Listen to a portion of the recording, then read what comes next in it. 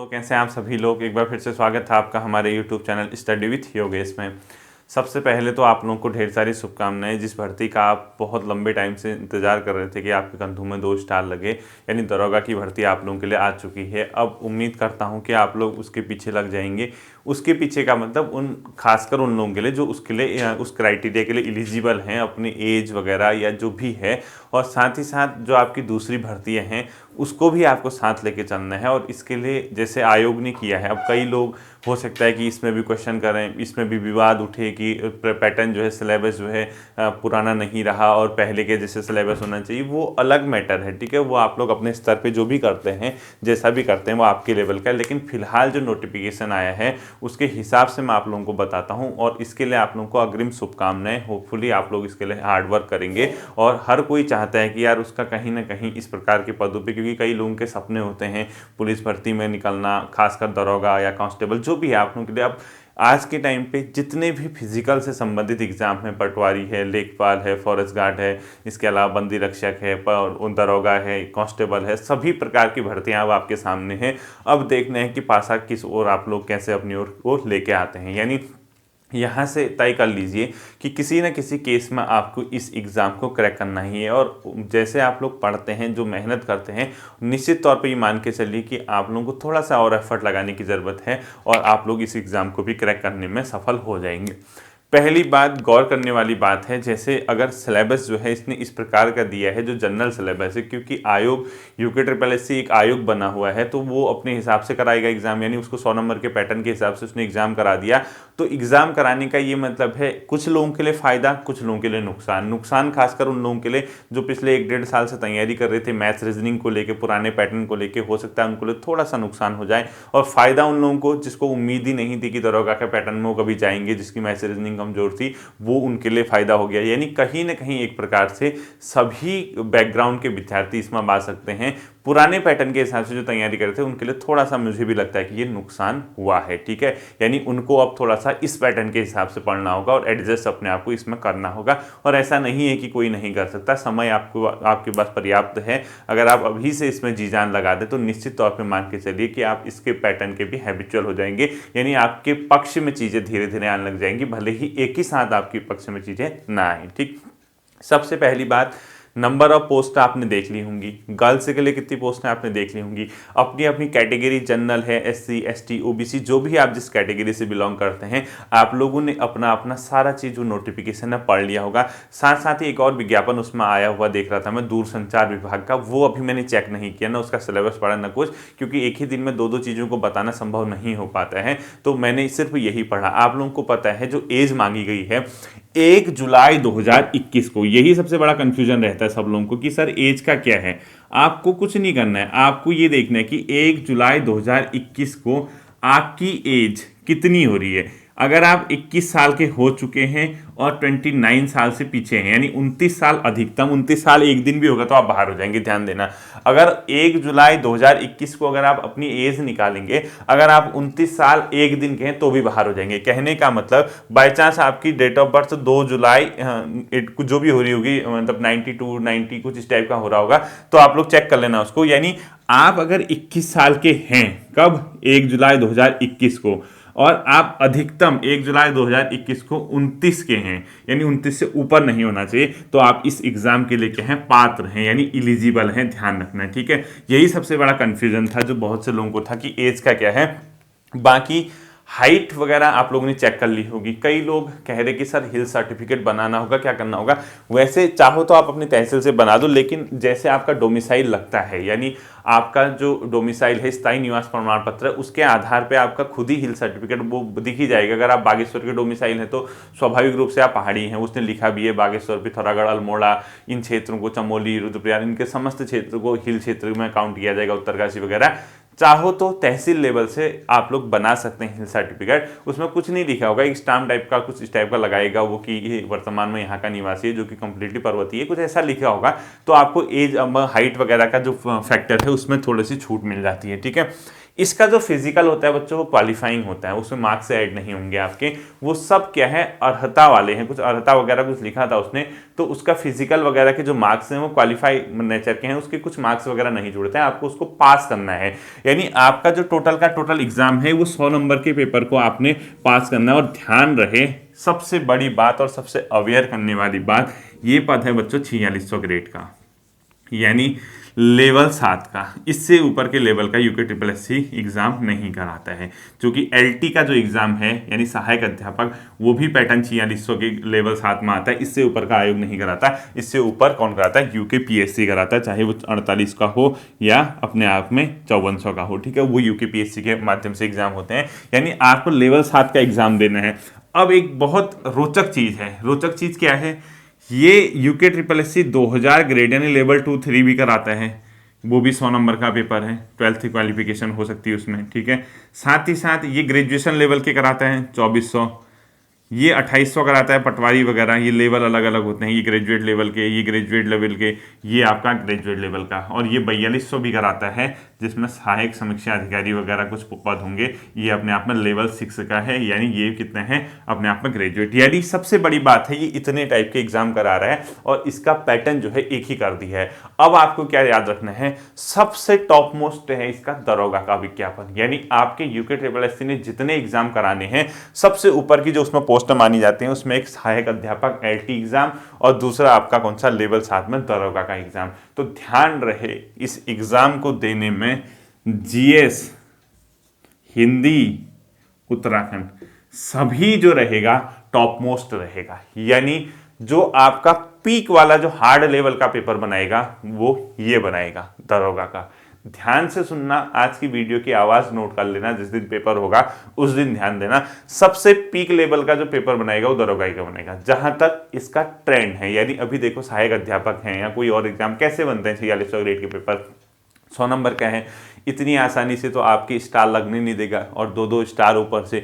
तो ध्यान देना, अभी से अवेयर कर रहा हूं, ये पोर्शन आपका थोड़ा सा हार्ड बनने जा रहा है। यानी आपका जब भी एग्जाम होता है 6 महीने, 7 महीने, 8 महीने में, इस पोर्शन को थोड़ा सा ये मत समझना कि ये 2000 ग्रेड के लेवल का ही बनाएगा या 2400 ग्रेड के लेवल का ही बनाएगा, ये बनाएगा थोड़ा सा स्टैंडर्ड का पेपर। दूसरी बात, वो ये भी जानता है कि पहले से ही पेपर आपका पंतनगर द्वारा कराया जाता था, पंतनगर यूनिवर्सिटी के द्वारा, जो कि 300 नंबर का पेपर होता था। उसमें मैथ रीजनिंग वगैरह का वेटेज रहता था, यानी कहीं ना कहीं 125 मार्क्स की समथिंग मैथ रीजनिंग रहती थी, 100 के समथिंग कहीं हिंदी रहती थी, बाकी का जो आपका जीएस वाला पोर्शन है वो समथिंग 75 के आसपास रहता होगा। तो आपको ये पता है कि जब इस प्रकार का है तो वो हिंदी भी अच्छी खासी पूछेगा, वो उत्तराखंड भी अच्छी खासी पूछेगा और वो रीजनिंग के क्वेश्चन भी पूछेगा 8-9। ध्यान से सुनना, भले ही वो कंप्यूटर को स्किप कर दे लेकिन रीजनिंग के 8-10 क्वेश्चन तो उसने पूछने ही पूछने हैं और सब के सब अपने आप में स्टैंडर्ड क्वेश्चन लाएगा। अब बताइए, अगर वो 8 क्वेश्चन रीजनिंग के पूछता है या 10 क्वेश्चन रीजनिंग के पूछता है तो इसका क्या मतलब है? एक एक नंबर, जिसमें 100 नंबर का टोटली पेपर है, एक एक नंबर की वैल्यू आप लोग समझ सकते हैं। अगर उसमें 10 नंबर रीजनिंग पूछ दी, वो मेरिट का बंटाधार कर देगा, इधर से उधर कर देगा। तो ध्यान रखना, जो ग्रुप सी की तैयारी करते हैं उनको रीजनिंग पे भी फोकस करना है, और जो बच्चे ऑलरेडी मैथ बैकग्राउंड के, रीजनिंग के हैं, उनके लिए तो सही है, उनको अब काम किस पे करना है? जीएस, हिंदी और यूके पे। अब एक चीज सबसे बड़ी बात समझने की ये बात आई कि यार सर एक चीज बताइए, जैसे हम लोग इतने टाइम से तैयारी कर रहे हैं, क्या आपको हम पे थोड़ा सा तरस नहीं आता? आप थोड़ा 2 शब्द बोल देंगे हमारे लिए, ये भी कई लोग सोच रहे होंगे। मेरे को बिल्कुल तरस आता आप लोगों के, क्योंकि अगर आपकी जगह मैं भी होता मुझे भी थोड़ा सा अजीब सा लगता है, क्योंकि यार अगर मैं तैयारी कर रहा हूँ किसी एग्जाम की और पुराने पैटर्न पे कर रहा हूँ और सडनली मुझे पता चला कि उसका पैटर्न अब चेंज रह गया और जनरली ग्रेजुएशन वाला पैटर्न हो गया, तो मैं भी थोड़ा डिसअपॉइंट होता। लेकिन बाई चांस अगर इस पर कोई संशोधन नहीं होता, और बहुत हार्ड भी होता है इस टाइप की चीज़ों को बदलना, ठीक है, क्योंकि एग्जाम कराना वो तो बॉडी जाने कैसे कराते हैं, गवर्नमेंट जाने क्या नियमावली कर रखी क्या नहीं कर रखी है, परिवर्तन होता है तो आप देखेंगे, नहीं होता है तो आपको इसमें एडजस्ट करना होगा बच्चों, ठीक है। मैं यहाँ से आपको सिर्फ इतना गाइड कर सकता हूँ कि अगर पुराना पैटर्न होता, यानी पुराने तरीके से, तो मैं आपको मैथ रीजनिंग की चीज़ें बताता। इस पैटर्न में है तो मैं आपको ये पैटर्न बताऊंगा। मैं तो एक शिक्षक हूं, मैं आपको सिर्फ पढ़ा सकता हूं। जो आपका आयोग एग्जाम कराने वाला है, जिस तरीके से वो पैटर्न रखिएगा उसके हिसाब से मैं आपको समझाऊंगा। अब उसका अभी के हिसाब से तो यही पैटर्न है, तो मुझे अब यही समझाना पड़ेगा। अगर वो टर्न करता है, कल के दिन कोई आवाज़ उठती है, कोई कुछ करता है, वैसे होता है, इस टाइप की चीज़ें हार्ड है, ठीक है। अब क्या करता है क्या नहीं करता वो तो देखने वाली बात है, अगर वो होता तो मैं आपको उसके हिसाब से तैयारी करता। अब ध्यान देने वाली बात है, क्या जो ऐसे बच्चे हैं वो नहीं कर सकते हैं क्या? किसने कहा कि आप लोग नहीं कर सकते? पहले मुझे बताओ। 1% के लिए मान दो, या 1% का 90% मानो, 10% मानो, 100% मानो, बाई चांस पैटर्न यही रहा क्या? फिलहाल तो यही है, इसको तो एक्सेप्ट करना पड़ेगा। क्या आपको लगता है कि आप ऐसा नहीं कर सकते हैं? मतलब एक चीज मुझे बताना, आपकी मैथ्स और रीजनिंग में कमांड थी, ध्यान से सुनना, आपकी मैथ्स और रीजनिंग में कमांड थी, किनकी? जो पुराने पैटर्न के हिसाब से तैयारी कर रहे हैं। तो आपको कभी आपने 1% के लिए ये सोचा कि अगर आपकी मैथ्स रीजनिंग में कमांड थी, जो उस फॉर्म को भरेगा वो भी तो वही भरेगा जिसकी मैथ्स रीजनिंग में कमांड है? तो आप उसमें अकेले नहीं है, आप उसमें अकेले योद्धा नहीं है कि आपकी मैथ्स रीजनिंग में कमांड है तो आप ही उस एग्जाम को निकाल सकते हैं। हाँ, मैं ये मानता हूं कि आपके पास वेटेज जरूर होता है, और उसमें जो फॉर्म भरते वो सभी वो बच्चे भरते जिसकी मैथ्स रीजनिंग है। बाकी तो वैसे आदमी आता तो स्किप कर देता, वो जाता ही नहीं उस, और उसको पता है कि यार मैथ्स रीजनिंग का पोर्सन है, मैं नहीं कर पाऊंगा, इतना लंबा है, कब मैं करूँ, क्या करूँ, इधर मेरे एग्जाम पड़े हैं, ये कैसे होगा, ये है। ठीक है, अब ये मत सोचना कि हम नहीं कर सकते। पहली बात तो ये तो आप पे डिपेंड है, आप चीजों को कैसे डील करते हैं। और मैंने तो व्यक्तिगत तौर पे ये फील किया है, पहले से तैयारी करने वाले 3-4 साल से जो तैयारी करते हैं उनसे बेहतर प्रदर्शन पिछले 1 साल से तैयारी करने वाले भी कर सकते हैं। मैंने कई एग्जाम्पल इस टाइप के देख लिए हैं। उनको क्या था, उनको ये बताया गया कि आप ये पढ़िए, इस तरीके से इसको पढ़िए। उन्होंने क्या किया, पॉइंट टू पॉइंट स्टडी की, यानी जो पॉइंट हैं उसके हिसाब से उन्होंने अध्ययन किया, और उन्होंने ये देखा कि यार जो एक तरीका होता है, एक जो सिलेबस होता है, अगर हम पॉइंट टू पॉइंट स्टडी करें, क्या हम उस एग्जाम को करेक्ट कर पाएंगे, नहीं कर पाएंगे। तो मैंने खुद इसमें जैसे कुछ बीपीडीओ वगैरह का जो एग्जाम हुआ था उसमें मैंने महसूस किया, पहली बार तैयारी करने वाले अधिकांश बच्चे 65 नंबर, 68 नंबर, 70 नंबर, 72, 73 ले आए। 3-4 साल से तैयारी करने वाले मैक्सिमम बच्चे 65 से नीचे भी आए। तो ये क्यों हुआ, ये ट्रेंड क्यों आया? कि वो इसीलिए आया, जो 1 साल से तैयारी करने वाला था उसने पॉइंट टू पॉइंट स्टडी की, उसने एक पैटर्न बनाया, उसको पता है कि इस पोर्शन से यहाँ से पूछा जाएगा, ऐसे पूछा जाएगा, इस तरीके से क्वेश्चन आते हैं, उसने वो पढ़ा, उसके दिमाग में कंफ्यूजन था नहीं, वो लिमिटेड चीजें पढ़ के गया, उसके दिमाग में वहाँ जो चीजें थी वो आपके वहाँ वो मतलब एक्सप्रेस करके आ गया। जो लंबे टाइम से तैयारी कर रहे हैं थोड़ा सा उनके दिमाग में वैसे भी कंफ्यूजन रहता है, ये स्वाभाविक सी बात है। आप इसको एक्सेप्ट कीजिए मत कीजिए, लेकिन ये रियलिटी है कि कहीं ना कहीं जो लंबे समय से तैयारी कर रहे हैं उनके पास थोड़ा सा क्या रहता है, दिमाग में कंफ्यूजन, दूसरा उनको प्रेशर एग्जाम को क्रैक करने का। क्योंकि जब आप 3-4 साल से स्टडी कर रहे हैं, आपका कहीं हो नहीं पाता है, तो आप लोग, स्वाभाविक है ये सबके साथ होता है, आपकी जगह मैं भी होता, मुझे क्या होता है, एग्जाम में कम से कम 10 नंबर का घाटा रहता ही रहता है। यानी कोई इंसान अगर एग्जाम में देने जा रहा है, वो 0 से शुरू कर रहा हूं अगर मैं, तो वो 10 नंबर से स्टार्ट करेगा, जो पहली बार तैयारी कर रहा है। और पहली बार, क्योंकि एक तो उसके बाद मेंटल प्रेशर नहीं है, वो जानता है, उसको पता ही नहीं कि यूके ट्रिपल एससी क्या पूछता है, कैसे पूछता है, वो लिमिटेड चीजें पढ़ के गया, उनको सीख के गया, वहीं पे करके आया। और जब गोले भी कर रहा था वो जानता था होगा होगा, नहीं होगा नहीं होगा, मैंने पढ़ा था, नहीं आया, क्या करूं, इसमें गोला करके आओ। तो इस आधार पर उसका चयन उसमें हो जाता है। ठीक है, ये सच्चाई है। अब सुनना, क्या हमें ये लगता है कि हम ये नहीं कर सकते? ऐसा बिल्कुल भी नहीं है बच्चों, आपको सब पता है। आपके पैटर्न को देखना, इसने उत्तराखंड, हिंदी और जीएस, और जो बच्चे ये कह रहे थे कि पुराने पैटर्न पे होना चाहिए, उनका मैं मानता हूं कि अगर पुराने पैटर्न को मानते हैं तो हिंदी व जीएस में उनकी कमांड होगी। ऐसा नहीं है कि नहीं होगी, शायद मेरे ख्याल से 100 नंबर की हिंदी आती थी उसमें। तो इसका मतलब पुराने पैटर्न वाले ध्यान से सुनना, आपके पास हिंदी में कमांड है, यानी हिंदी कहीं ना कहीं 20 नंबर की आयोग पूछता है। तो आप ये मत कहना कि हमें हिंदी नहीं आती है, ठीक है, क्योंकि अगर आप पुराने पैटर्न के पक्षधर हैं, मैं ये नहीं कह रहा कि मैं इस पैटर्न का समर्थक हूं या पुराने पैटर्न का विरोधी हूं, ऐसा बिल्कुल भी नहीं है।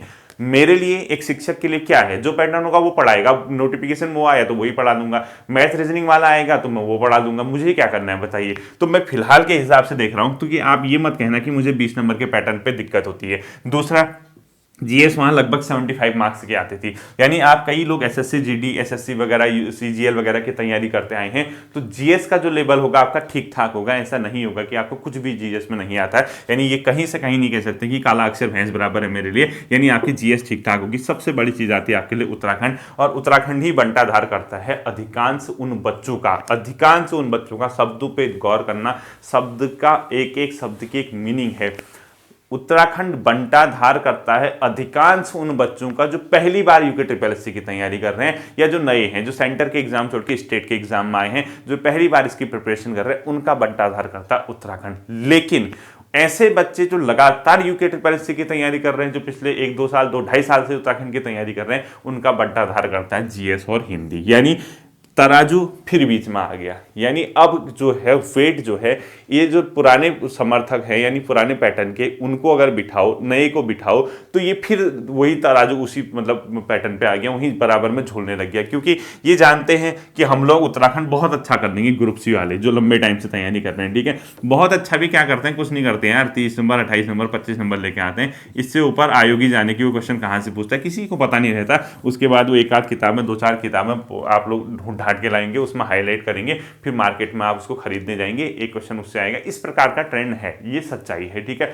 मतलब कहने का मैंने ये देखा, अगर आप लंबे समय से तैयारी कर रहे हैं तो आप उत्तराखंड में वही स्कोर कर पाते हैं जो पिछले 1-1.5 साल से तैयारी करने वाला है। यानी फर्क कुछ नहीं पड़ रहा, यानी आउटपुट कुछ नहीं मिल रहा है, इनपुट बहुत ज्यादा डाला जा रहा है, हजारों किताबें पढ़ी जा रही है, लेकिन इनपुट के साथ साथ आउटपुट नहीं मिल पा रहा। इसको समझिए, इसको जो क्राइटेरिया है, ये जो तरीका है, इसको बदलना होगा, ठीक है।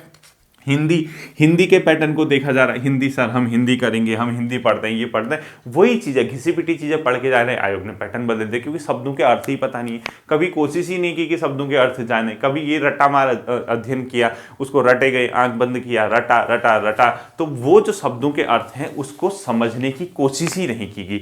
तो ध्यान से सुनना, पटवारी हो, लेखपाल हो या अदर एग्जाम हो, जो भी ग्रुप सी के एग्जाम है, उन एग्जामों में मेरी नजरों में उत्तराखंड एसआई का पेपर सबसे टफ बनेगा, यानी उत्तराखंड सब इंस्पेक्टर का सबसे हार्ड एग्जाम बनने वाला है, ये आप लोग तय मान के चलिए। और इस एग्जाम की कट ऑफ में अभी भी बता देता हूं, 60-65 नंबर से ऊपर नहीं रखेगा आयोग। मतलब वो ऐसा पेपर बनाएगा, जितना मैं समझ पा रहा हूं, अब ऐसा नहीं कि पेपर बहुत हल्का बन गया, कट ऑफ 85 चली गई, आप मुझे गाली दीजिए, ऐसा नहीं। ये सिर्फ और सिर्फ इसलिए मैं कह रहा हूं कि हो सकता है इसका लेवल ऊपर है, 4600 का ग्रेड है, और यूके SSS के सबसे टॉप मोस्ट एग्जाम जो उसके पास कराने को दिए गए हैं यही है, ये और लोअर, ये आपका LT का एग्जाम जो होता है यानी सहायक अध्यापक, उसके आधार पे मैं कह रहा हूं कि आपका ये पेपर हार्ड बनना चाहिए और बनेगा भी, ठीक है। ये ऐसा नहीं कि बीपीडीओ वगैरह की तरह, ये देखना अपने आप में, ये आपके जीएस में हाथ पैर फुला देगा आपके। ये उत्तराखंड में भी बहुत अच्छे अच्छे क्वेश्चन पूछने वाला है, और हिंदी तो मत ही पूछो, ठीक है। यानी अभी भी अवेयर कर रहा हूं कि इन पोर्शन पे काम करना बहुत ज्यादा जरूरी हो गया, विशेषकर उन बच्चों के लिए जो पहले ये दरोगा की ही तैयारी करने के लिए शुरुआत कर रहे हैं, यहीं से वो शुरुआत करेंगे। उन बच्चों के लिए अपने आप में एक हार्ड टास्क हो गया कि यार ये हम चीजों को क्रैक करें तो कैसे करें, मतलब इसको, ठीक है। अब आती है उन बच्चों की बात जो ऑलरेडी इस पैटर्न पे क्या है, अपने आप को मशगूल किए हुए हैं, अपने आप को इसी पैटर्न पे ढाले हुए हैं, जो इस वाले पैटर्न पे चल रहे हैं, यानी जिसने पटवारी भरा, वीडियो बीपीडीओ की तैयारी करी, यानी जो ग्रुप सी का ही छात्र है जो इसी पैटर्न के आधार पर अध्ययन करता है, उसके लिए क्या है, उसके लिए वो चीजें तो सही है, वो तो आप एडवांस से पढ़े। मैं उससे कह रहा हूं कि वो एडवांस लेवल का अध्ययन शुरू कर दे, क्योंकि आपने जो उत्तराखंड पढ़ी हुई है वो आपकी 20-25 नंबर बना देगा, दरोगा के पेपर में बना देगा। आप थोड़ा सा एडवांस ढूंढिए, थोड़ा सा चीजों को समझ के पढ़िए, अपने आप में डायमेंशंस खोलिए, यानी जो आयाम होते हैं क्वेश्चन को पूछने की, वो ध्यान रखिए। यानी पूछेगा हल्का क्वेश्चन, लेकिन आपको जो कॉन्सेप्ट होते हैं, आपके जो तथ्य होते हैं, उन दोनों पे आपको पकड़ चाहिए होगी, तो नहीं तो आपका पेपर वहां लड़खड़ा सकता है। आप वहां, क्योंकि यूके SSS ने क्या करना है, अपने बाण छोड़ने हैं, और आपको वो चाहता है कि वो घायल करे, और आपको घायल करके वहीं बेहोश करे। जो उस बाण खाने के बाद भी बाणों को निकाल के घर पहुंच जाए, उसी का चयन होना है। ध्यान से सुनना है, ठीक है। तो ये जो चीजें हैं अपने आप में पुराने पैटर्न के हिसाब से जो तैयारी कर रहे हैं, मतलब ऐसे बच्चे जो पटवारी लेखपाल वगैरह की तैयारी कर रहे हैं, ग्रुप सी की तैयारी कर रहे हैं, उनके लिए तो ठीक है। उनके लिए क्या हो रहा, अब बहुत उत्तराखंड पढ़ के कुछ फायदा नहीं है। आप लोगों से मैंने पहले भी कहा है, एक किताब को आप 10-10 बार पढ़िए, लेकिन उसके पॉइंट टू पॉइंट ध्यान रखिए, भले उससे क्वेश्चन एक भी ना आए या 2 क्वेश्चन आए, ठीक है। यानी उत्तराखंड के अध्ययन के लिए अगर आप समग्र रूप से देखेंगे कि कौन से पैटर्न है, बताओ, आप परीक्षावाणी को स्किप नहीं करेंगे क्योंकि वो बेसिक बुक है, और वो बेसिक किताब है, उसी से आपका कॉन्सेप्ट बनता है, उसमें बेसिक फैक्ट होते हैं। 40 नंबर की उत्तराखंड आएगी तो उत्तराखंड परीक्षावाणी से कम 15 number, 18 number, 20 number, 22 number, 10 number, 14 number, 16 number, कुछ भी हो सकते हैं। यानी कहने का ये मतलब है, जितने की उत्तराखंड आएगी उसमें सर्वाधिक क्वेश्चन उत्तराखंड परीक्षावाणी के होते हैं, क्योंकि वो सबसे बेस बुक है। अगर बेसिक किताब नहीं पढ़ोगे और तैयारी करने चलेगे तो कैसे होगा। और अधिकांश बच्चों ने इसमें उत्तराखंड परीक्षावाणी पहले पढ़ी हुई होगी, और सभी लोगों ने उससे क्या किया होगा, अध्ययन किया होगा। दूसरी बुक आती है कि हम किससे पढ़ें। दूसरी बुक इसलिए पढ़नी है क्योंकि उसमें जो पैटर्न अलग आएगा, उससे फिर इतिहास का फैक्ट आता है, यानी इतिहास के क्वेश्चन आपको उत्तराखंड परीक्षावाणी से नहीं मिल पाते, ये सच्चाई है। और जो ट्रेंड में बुक है, जो अधिकांश लोग लेते हैं, जो चलती है, जिससे क्वेश्चन आते भी हैं, वो डॉक्टर अजय रावत की बुक है, वो थोड़ा सा ऑथेंटिक भी है, और उससे आप लोगों को समझना होगा, ठीक है। तो आपके उत्तराखंड बुक की लिस्ट देखिए, बुक के सोर्स आपके उत्तराखंड के रहेंगे, ठीक है। यानी आपको दरोगा की अगर तैयारी करनी है, ध्यान से सुनना, कंप्लीटली एक प्रोसेस होती है और उन बच्चों को इस चीज से लिंक करना होगा कि जो बच्चे तैयारी कर रहे हैं, ठीक है, जैसे जो पहले से तैयारी कर रहे हैं उनको किस अपने आप को लिंक करना होगा कि यार मैंने ये चीज कवर की है, नहीं की, अगर नहीं की तो कीजिए, की है तो अच्छी बात है। तो ये सही मायने में एक सही डायरेक्शन के साथ, सही रूटीन के साथ आपकी तैयारी होगी। अपना एक रूटीन ऐसा बनाइए, अपना एक चार्ट बनाइए, अपना एक टाइम टेबल बनाइए, उत्तराखंड को कब समय देना है, कैसे समय देना है, कितना समय देना है, वो आपको पूरा मैं समझाता हूं। देखो, दरोगा के लिए आप लोग जो नए बच्चे हैं जो सोचते हैं कि हम कुछ नहीं कर सकते, उत्तराखंड आपकी बच्चे 40 नंबर की है, ठीक है, और पुराने बच्चे जो इसी पैटर्न पे तैयारी कर रहे हैं वो इसको लिंक करना। आपकी बेसिक बुक है परीक्षावाणी, ये आपको पता होनी ही होनी चाहिए। या ये परीक्षावाणी पता नहीं होगी तो फिर बेसिक क्वेश्चन में अटकोगे, फिर दिक्कत हो जाएगी। दूसरा, उत्तराखंड हिस्ट्री जो आती है वो थोड़ा सा अलग आती है। आप लोग जानते हैं उत्तराखंड हिस्ट्री के क्वेश्चन में ही हम फंसते हैं और हमारे पास इस तरह मटेरियल है ही नहीं मार्केट में, या कहीं भी आप लोग समझिए जिसको हम ऑथेंटिक कहें या जिससे आधार पर हम कहें कि यार हम इसको परचेज कर ले, कुछ कर ले। लेकिन जो डॉक्टर अजय रावत की बुक है, उत्तराखंड का समग्र राजनीतिक इतिहास लिखा होगा पाषाण काल से 1949 तक, तो डॉक्टर अजय रावत की जो बुक है वो थोड़ा सा यहाँ पे चलती है और सही भी है। मतलब मैंने व्यक्तिगत तौर पे भी फील किया कि ठीक लगी मुझे भी डॉक्टर अजय रावत की, थोड़ा सा उसमें डिटेल से स्टडी दी है, भले ही उसमें आपको थ्योरेटिकल स्टडी दी है, तो आपको इसमें से फैक्ट निकालने हैं। मतलब आपको वो पूरी थ्योरी पढ़ के आपको वहां एग्जाम में लिखना नहीं है, आपको सिर्फ फैक्ट ढूंढने हैं। तो अजय रावत और परीक्षावाणी की उत्तराखंड इतिहास पढ़ने के साथ विंसर ईयर बुक की जो आपकी विंसर ईयर बुक की जो क्या आती है, year book, Windsor year book, ठीक है, ईयर बुक, इसमें क्योंकि आपकी करंट अफेयर मिल जाएगी। ये विंसर ईयर बुक आप लोगे तो 2022 की लेना, जो अब पब्लिश होगी, अभी नहीं हुई होगी शायद, वो जनवरी 15-20 के आसपास आपको मिल जाएगी या आ भी गई होगी मार्केट में, चेक कर लेना। तो आपको इन 3 सोर्स के साथ, किताबों के साथ जाना चाहिए, जितना मैं समझ रहा हूं। और मैं ये नहीं कह रहा हूं कि इसी के साथ जाओ, ये करो, आपके पास जो किताबें हैं, जो सोर्स है, आप जाइए उसके साथ। लेकिन मुझे ये लगता है कि इनसे आपका काम बन सकता है, ठीक है। अब कई लोगों को होती है कि दिक्कत हम कैसे करें, मैं आपको एक चीज बता देता हूं। अगर देखिए, अगर आपने, जैसे मैंने इसमें एक जिला सीरीज कराई हुई है, अगर आपने ये कंप्लीट की हुई है, और कई लोगों ने की भी है, पुराने स्टूडेंट है, उसको रिवाइज किए, क्योंकि जो जिला सीरीज है, उत्तराखंड हिस्ट्री की मैंने पढ़ा रखी है वीडियोज, और तीसरा उत्तराखंड इंडिविजुअल टॉपिक सीरीज, ये पैटर्न इसी तरीके से पढ़ना है। सबसे पहले जिला सीरीज, उसके बाद Uttarakhand history, Uttarakhand individual topic series, इन 3 टॉपिक्स, मतलब इन 3 फोल्डर्स को अगर आप कंप्लीट करते हैं तो आपका एक तो इसका बहुत हल्का काम हो जाएगा। क्योंकि जब आप इतिहास पढ़ने जाओगे, इतिहास में मैंने अधिकांश चीज इनसे पढ़ाई है, 2-3 किताबें और हैं, यशवंत कठौत जी की हैं, और 1-2 किताबें और है, 3-4 किताबों का जो निचोड़ था उससे मैंने उत्तराखंड हिस्ट्री करवाई है। तो आपका इस फोल्डर को देखने के बाद ये पोर्शन बहुत हल्का हो जाने वाला है। पहले ये फोल्डर देखना, उसके बाद ये किताब पढ़ना, मैच करना दोनों को, कितना सिमिलरिटीज है, आपकी चीजें अपने आप क्लियर होने लग जाएंगी। आप ऐसा नहीं है बच्चों कि आप नहीं कर सकते हैं, ठीक है। जज्बा दिखाइए कि हम लोग भी कर सकते हैं, क्योंकि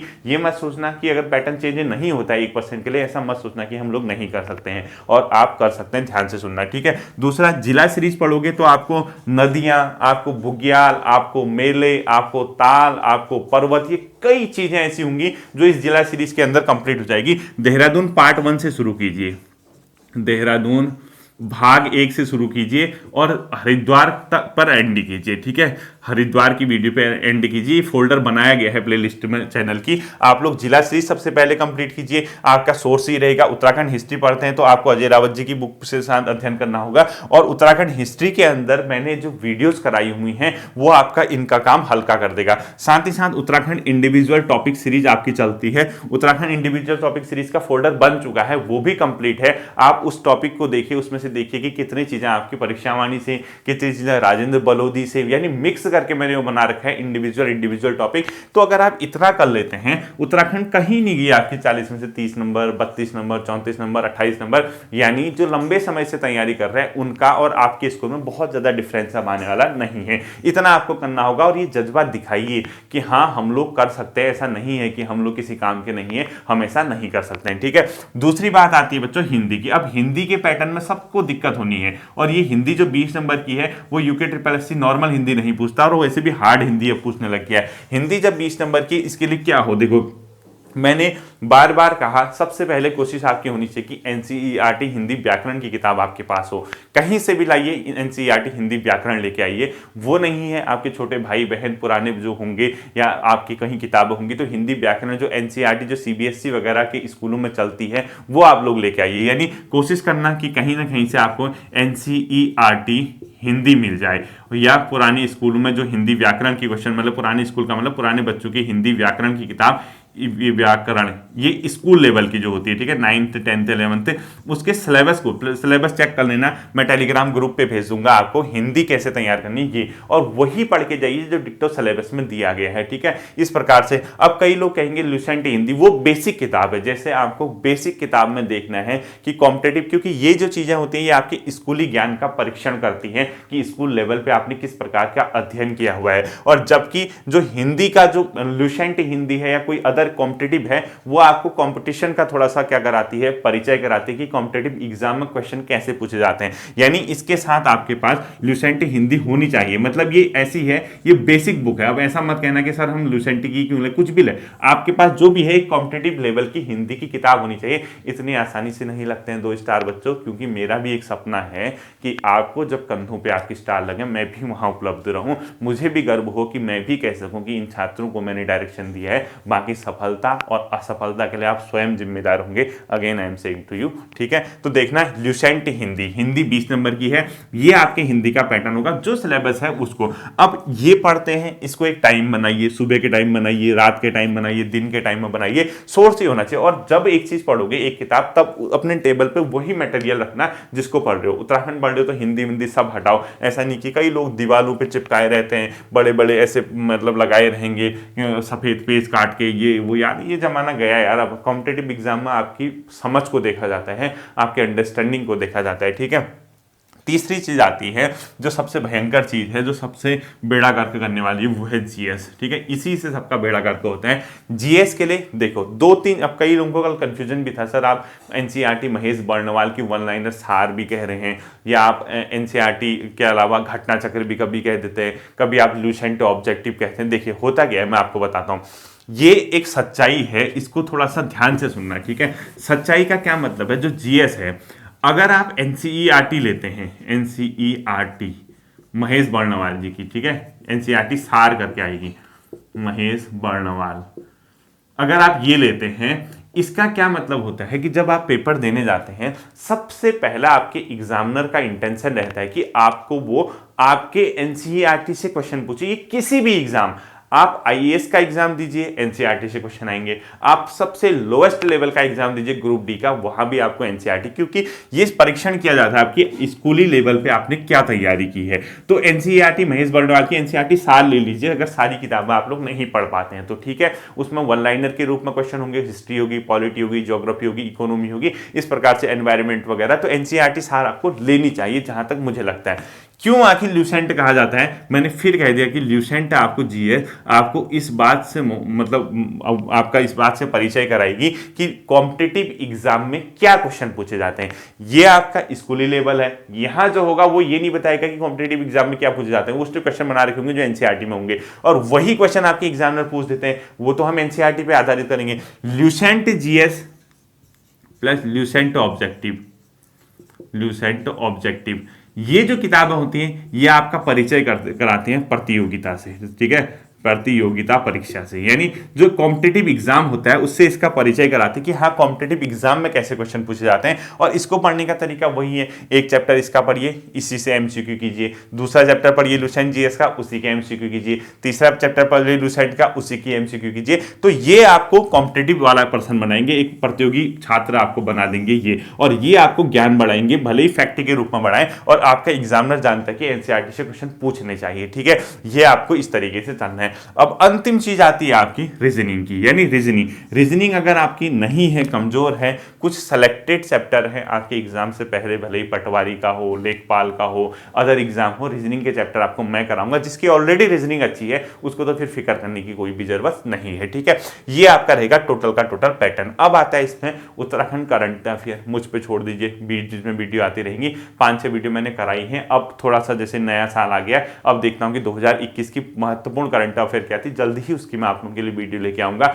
अब सबसे बड़ी बात आती है, अब जो नए पैटर्न पे, जो पुराने पैटर्न के पक्षीधर नहीं कहूंगा, उन बेचारों का सहमत, मतलब उनके साथ सहानुभूति है मेरी। मैं चाह भी रहा था कि अगर वैसा भी अगर पैटर्न होता तो उनके लिए भी, क्योंकि पुराने पैटर्न पे होता तो बेचारे तैयारी कर रहे थे। अब सबको, अब मतलब एक दूसरे का गला मत काटिए, एक दूसरे को क्रिटिसाइज मत कीजिए। कई लोग कह रहे हैं कि आर्ट वाले, कई कॉमर्स, ये सब छोड़ दीजिए, इस पे मत कीजिए। न पुराने पैटर्न के समर्थक नए वालों को गाली दीजिए, नहीं कि न नए वाले पुराने को। वो जो होगा उसका आप अपने स्तर पे सॉल्यूशन कीजिए। अगर आपको आवाज उठानी है, ज्ञापन देना है, बात करनी है, कोड जाना है, वो अपने स्तर पे आप लोग कीजिए, उसको एक दूसरे पे मत डालिए, ठीक है। ये कोई और कर रहा है, ये सरकार की ओर से हुआ है, ये आयोग की ओर से किया, किसकी ओर से हुआ, या नियमावली चेंज हुई है, अपने स्तर पे आप लोग परीक्षण करके निर्णय लीजिए, एक दूसरे के पीछे मत पड़िए, ठीक है। आप सभी धरातल पे सभी बेरोजगार हैं, आपको तैयारी करनी है, और हर कोई चाहता है, हर किसी के अपने हित हैं कि वो एग्जाम क्रैक करे और उसके कंधों पे स्टार लगे, वो भी सरकारी नौकरी करे, परिवार का पालन पोषण करे, ये सब जानते हैं, ठीक है। तो रीजनिंग क्या आप है। अब सबसे बड़ी बात आती है, लास्ट और अंतिम पॉइंट,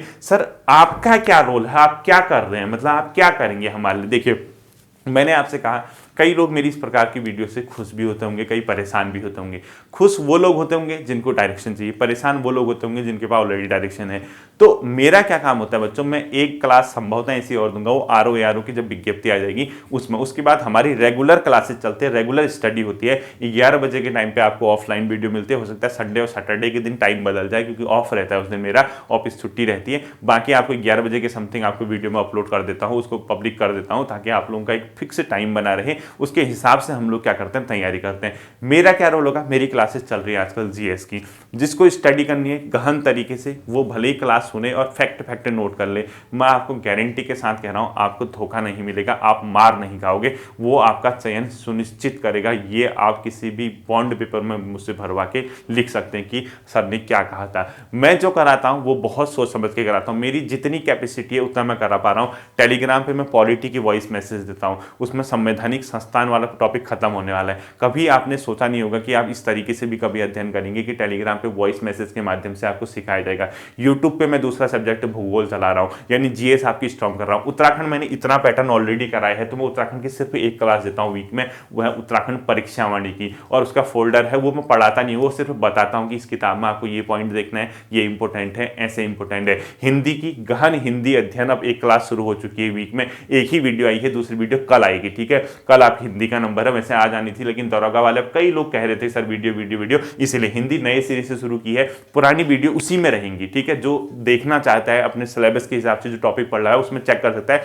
लेकिन हिंदी नए सिरे से मैंने क्या कर दी, शुरुआत कर दी है। हिंदी एक ही टॉपिक आया है, दूसरा टॉपिक अब आएगा। तो आप लोग अपने स्तर से देखना, हिंदी में करा ही रहा हूं, जीएस मेरे स्तर से मैं करा ही रहा हूं, उत्तराखंड की एक क्लास में करा ही रहा हूं, रीजनिंग में कराऊंगा ही। अब आप पे डिपेंड करता है कि आप इन चीजों को कैसे क्या करते हैं, हैंडल करते हैं, कैसे इन चीजों को आगे लेके जाते हैं, ठीक है। होपफुली आपकी बातें समझ आई होंगी। आज से ही आप लोगों ने तय कर लिया होगा कि आपको इस एग्जाम को क्रैक करना है, आप मेहनत करेंगे। पैटर्न सेम अगर यही रहता है तो आपके लिए गोल्डन अपॉर्चुनिटी उन बच्चों के लिए भी है जो कभी नहीं सोचते थे दरोगा बन पाएंगे, लेकिन जिनको पुराने पैटर्न की हैबिट है वो निराश ना होएं। आप अभी भी कर सकते हैं, अभी भी आपकी लड़ाई है, आप बाहर नहीं हुए हैं। मैं कह रहा हूं कि 5-6 महीने मेहनत कीजिए, आप उसी धरातल पर आ जाएंगे जिस पे और हैं, ठीक है। आप इस पर काम करेंगे। फिर मिलते हैं अगले सेशन में, अपना ध्यान रखिए। Thank you.